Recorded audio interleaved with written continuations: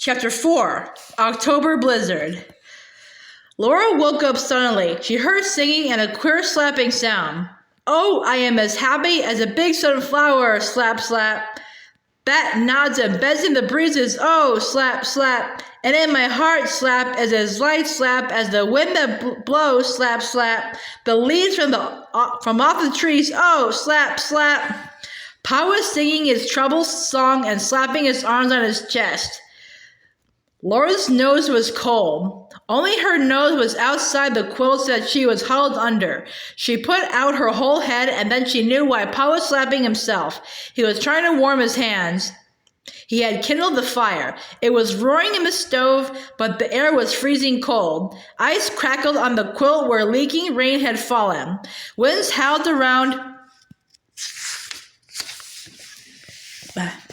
the shanty, and from the roof and all the walls came a sound of scouring. Carrie sleepily asked, "What is it?" It's a blizzard," Laura told her. "You and Mary stay under the covers." Careful not to let the cold get under the quilts, she crawled out of the warm bed. Her teeth chattered while she pulled on her clothes. Ma was dressing too, beyond the curtain, but they were both too cold to say anything. They met at the stove where the fire was blazing furiously without warming the air at all.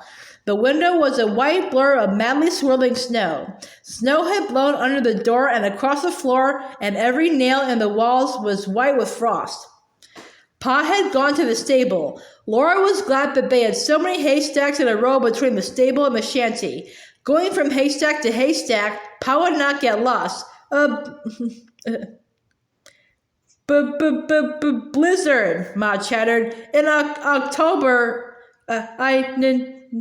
never heard of.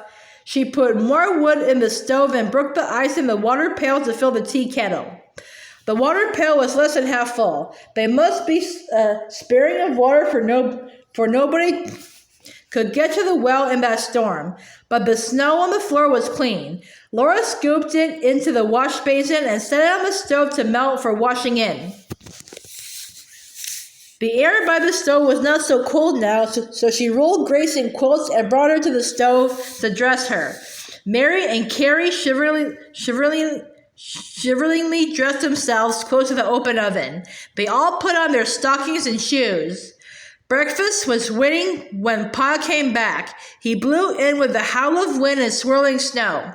"Well, those muskrats knew what was coming, didn't they, Laura?" he said as soon as he was warm enough to speak. "And the geese, too." "No wonder they wouldn't stop at the lake," said Ma. "The lake's frozen by now," Pa said. "Temperature's down near zero and going lower." He glanced at the wood box as he spoke. Laura had filled it last night, but already the wood was low. So as soon as he had eaten breakfast, Pa wrapped himself well and brought big armfuls from the wood pile. The shanty was growing colder.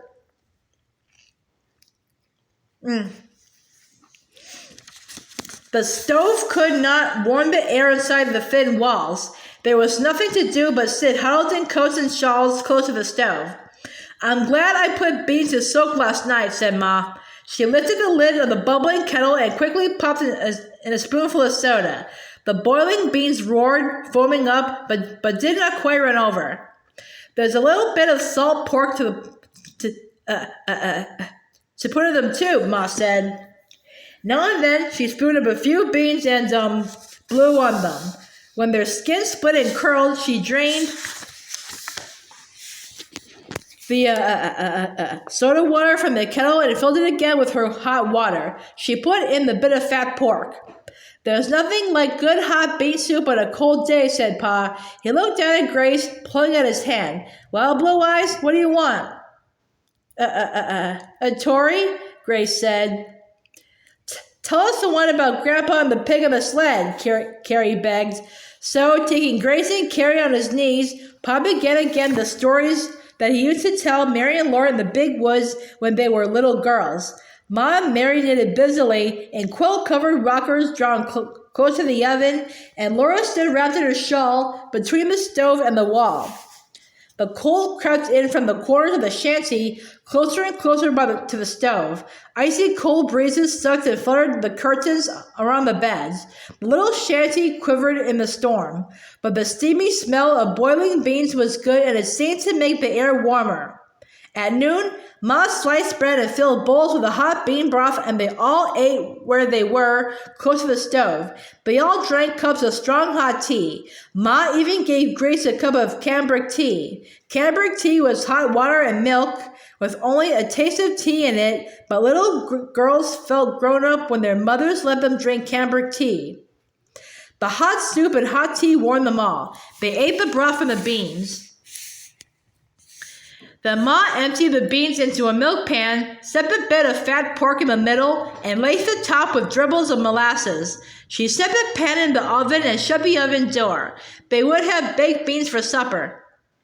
Then Pa had to bring in more wood. They were thankful that the wood pile was close to the back door. Pa staggered in breathless with the first armful. When he could speak, he said, "This wind takes your breath away."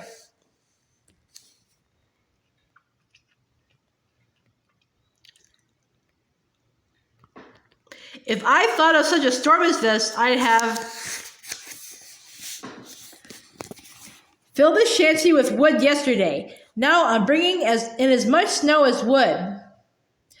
That was almost true. Every time Laura opened the door for him, snow swirled in. Snow fell off him, and the wood was covered with snow. It was snow as hard as ice and as fine as sand, and opening the door made the shanty so cold that the snow did not melt. "That's enough for now," Pa said. "If you let in any more cold, the wood he brought would not make enough heat to drive the cold out. When you get the snow swept up, Laura, bring me the fiddle," he said. "Soon as I can thaw out my fingers, we'll have a tune to drown the yowl of that wind." In a little while, he was able to tune the strings and rose in the bow. Then he set the fiddle to his shoulder and sang with it. "Oh, if I were young again, I'd lead a different life. Lay up some money and buy some land and take Dinah for my wife.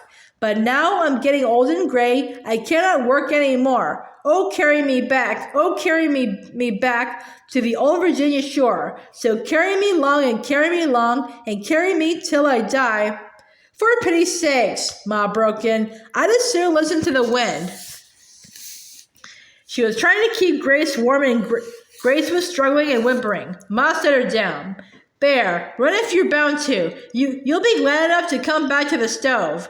"I'll tell you what," Pa exclaimed. "Laura and Carrie, you get out there with Grace and let's see you quick-step march. It'll warm up your blood."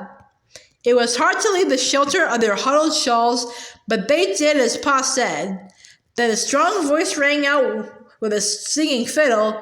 "March, march, Ettrick and Tiviadale. Why, my lads, dinna ye march forward in order?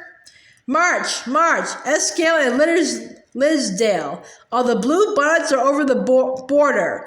Many a banner spread flutters above your head, many a crest that is famous in story." Round and round they marched, Laura and Carrie and Grace, singing with all their might, thumping loud thumps of their shoes on the floor. "Mount and make ready then, sons of the mountain glen, fight for your homes and the old Scottish glory." They felt that banners were blowing above them and that they were marching to victory. They did not even hear the storm. They were warm to the tips of their toes. Then the music ended and Pa laid the fiddle in its box. "Well, girls, it's up to me to march out against this storm and make this stock comfortable for the night. Blamed if that old tune don't give me the spunk to like fighting even a blizzard." Ma warmed his coat and muffler by the oven while he put away the fiddle box. But y'all heard the wind howling furiously. "We'll have hot baked beans and hot tea waiting when you get back, Charles," Ma promised them. "And then we'll all go to bed and keep warm, and likely the storm will be over by morning." But in the morning, Pa sang again his sunflower song. The window was the same white blur. The wind still drove the scouring snow against the shivering little shanty. The blizzard lasted 2 more long days and 2 more nights.